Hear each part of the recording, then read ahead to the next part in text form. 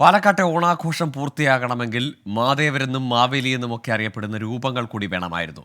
ഒന്നാം ഓണത്തിനും രണ്ടാം ഓണത്തിനും വീട്ടുമുറ്റത്ത് ഇടം പിടിച്ചിരുന്ന മാതേവരെ ഇപ്പോൾ അപൂർവം വീടുകളിലേ കാണാനാകും.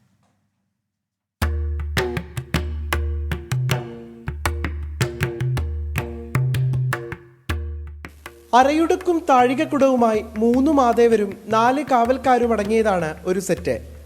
ബ്രഹ്മവിഷ്ണു മഹേശ്വരൻ എന്നതാണ് സങ്കല്പം.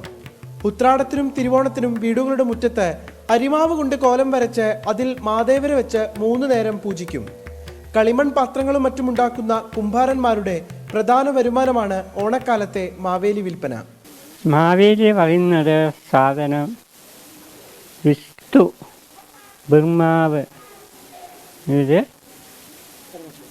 പരമേശ്വരൻ അങ്ങനെ ഉള്ളവരാണ് മാവേലി. പതിവ് തെറ്റാതെ ഇത്തവണയും കണ്ണന്നൂർ പാടത്ത് കുംഭാര സമുദായക്കാരുടെ വീടുകളിൽ മാവേലി നിർമ്മാണം തകൃതി.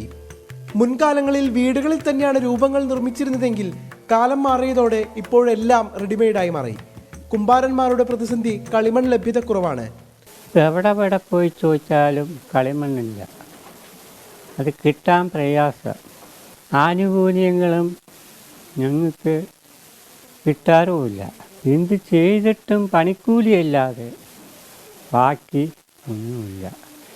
ഉത്രാടത്തലേന്ന് വരെ വിൽപ്പനയ്ക്ക് സാധ്യതയുണ്ട്. അതുകൊണ്ട് തിരക്കിട്ട നിർമ്മാണത്തിലാണ് കുംഭാര സമുദായക്കാർ. 24 പാലക്കാട്.